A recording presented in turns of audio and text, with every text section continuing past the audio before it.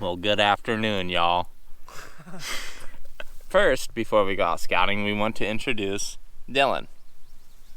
Dylan's going to be an intern, and he also likes sunflower seeds and beef jerky.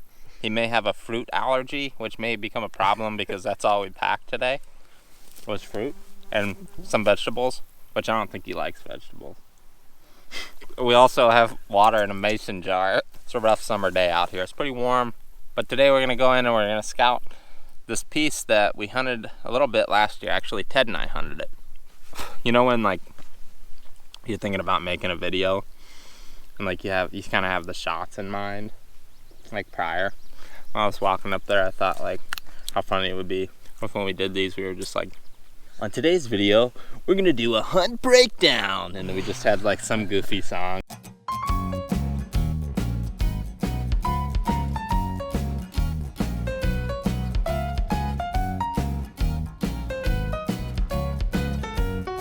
We're gonna break down the hunt that Ted and I had on opening day. Ted and I hadn't been in the area for a while. We jumped in the vehicle. So we drove around all night, saw a bunch of deer, but there was one deer that really caught our eye. We were driving down this road and it was like our last minute kind of check. I guess we were checking the spot because we had seen some smaller bucks up here earlier, and we were coming back to make one last pass, and we caught a big one coming out of the public. Luckily for us, we knew that one was definitely bedding close. We had a pretty good idea of what the area looked like, so as soon as we see a big buck, we know exactly the area that we're gonna go dive right into. I guess what we're gonna break down today is what we would do differently. Also gonna talk about the factors that we think play a part into why deer are bedding there last year and why they are not gonna be bedded there this year. So I just crossed the road, and as you can tell right off the bat, this place is super thick. And that's one of the reasons that the buck was in here, and one of the reasons I guess it caught our eye when we came and scouted it a few summers ago, is it's just a wall right here. So we assumed not a lot of people were going in here. Then once we saw the buck, we knew it was time to try it. See why I don't like scouting anymore? Hey, is your wireless turned on? There it goes. Oh, it's up there. There's a big buck, big buck, big buck.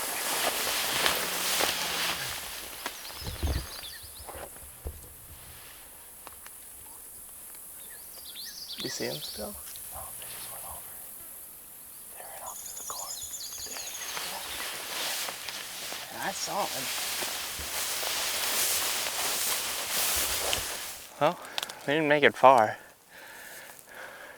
Alright, so we just ran up here on this field edge because we bumped some bucks right out of here. One of the things that I was just starting to mention to these guys is I think it's easy to get caught up in summer scouting and summer sign.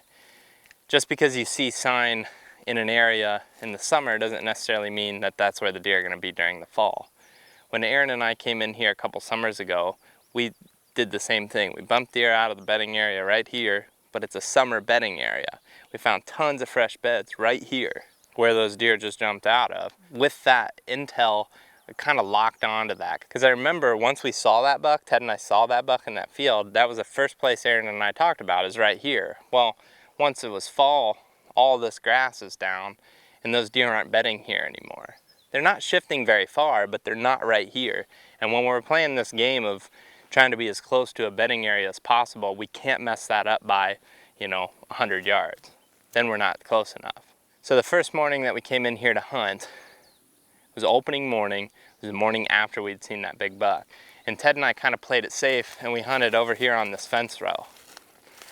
And what we were doing is we were kind of observing where these beds were. We didn't see any bucks go into these beds right here. We just saw some does kind of moving through, going to different bedding areas. And the one major difference you're seeing now from this past fall is this is beans now, and last year it was standing corn.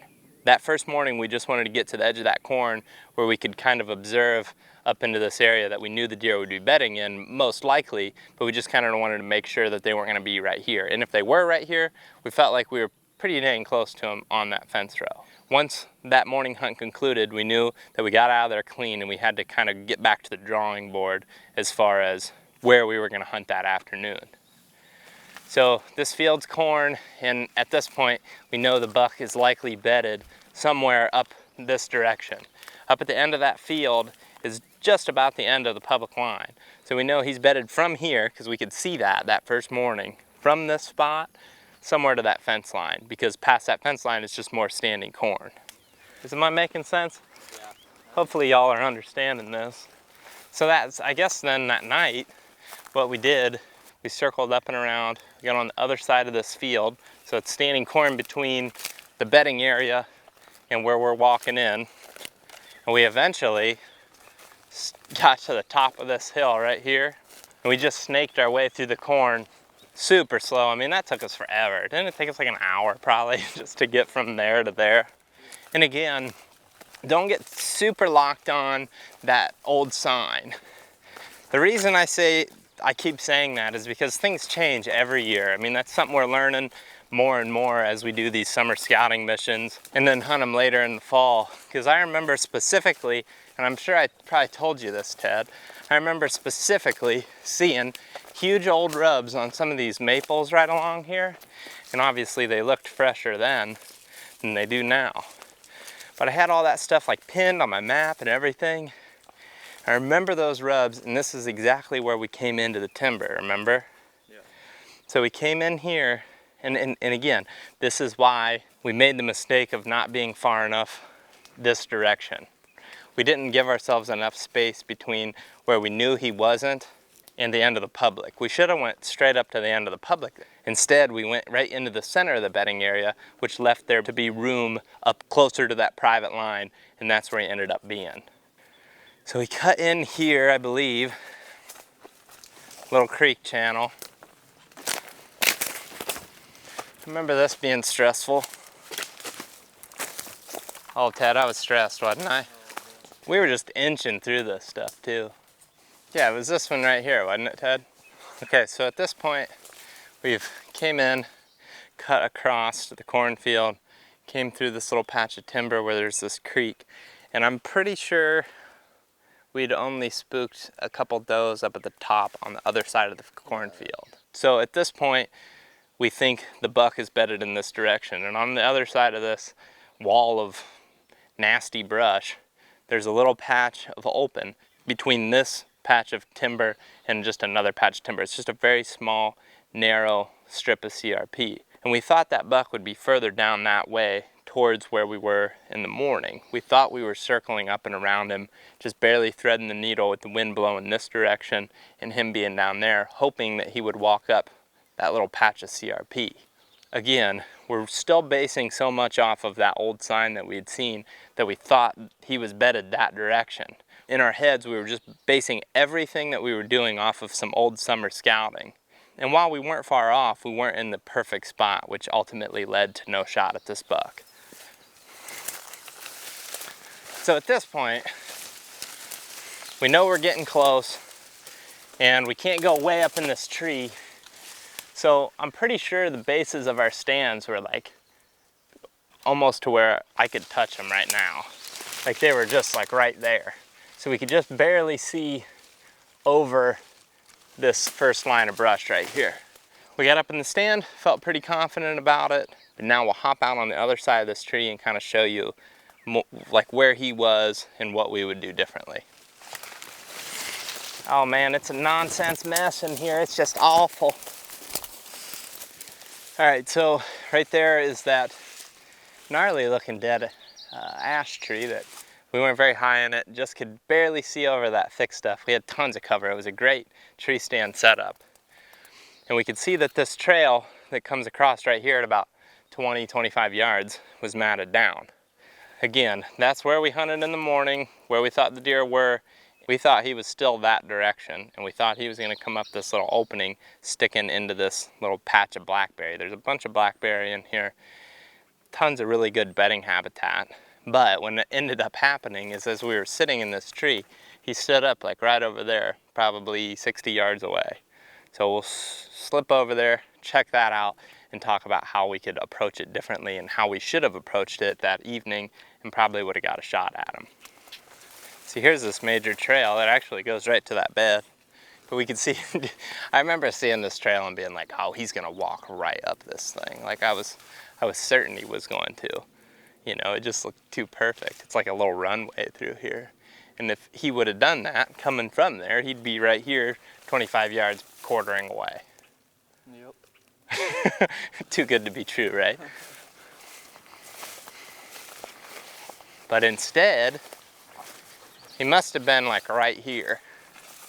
Which, you know, you're not very far. I mean, literally, dude, you're 50, 60 yards from the dang thing bedded.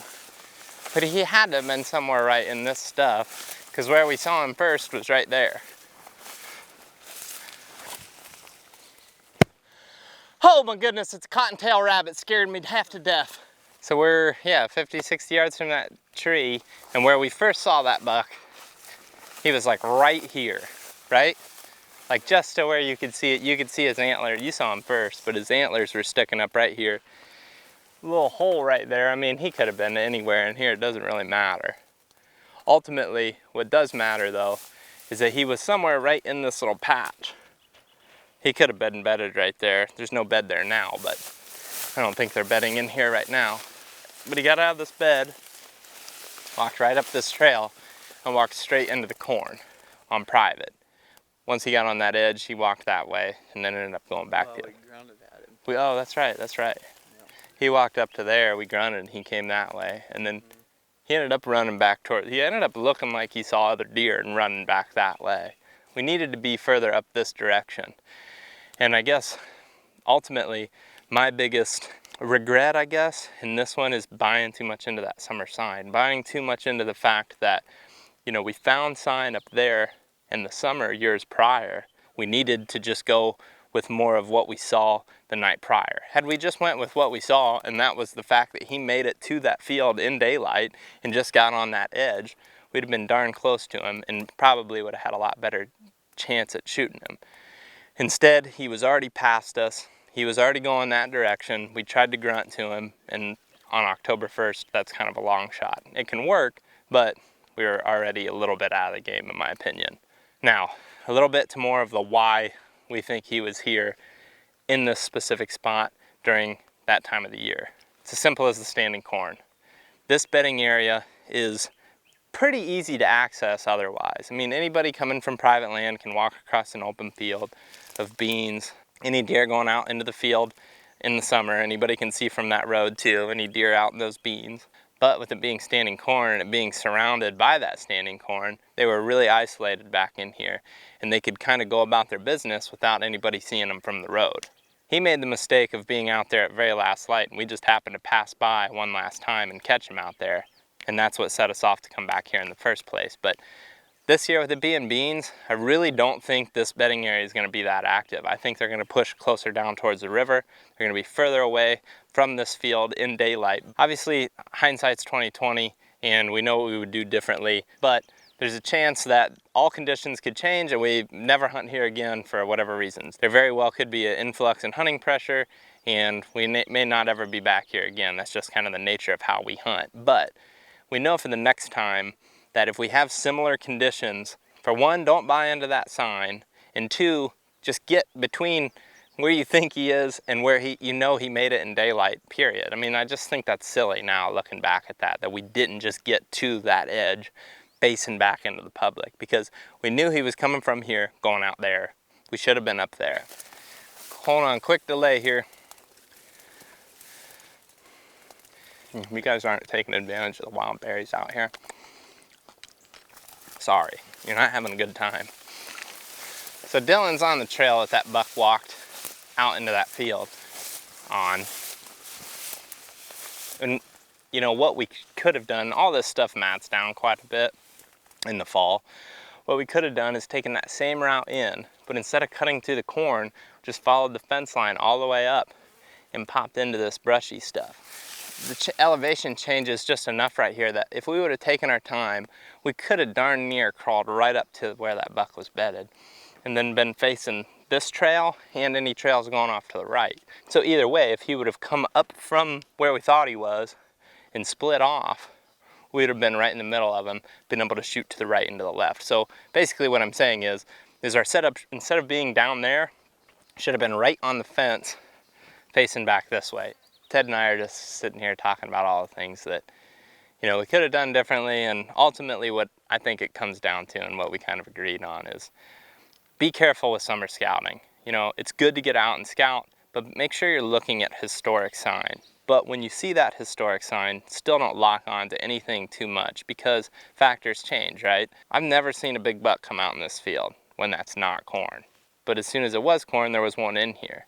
And there's big buck sign in this general area, but we know when it's not corn, the bucks are bedding in totally different bedding areas.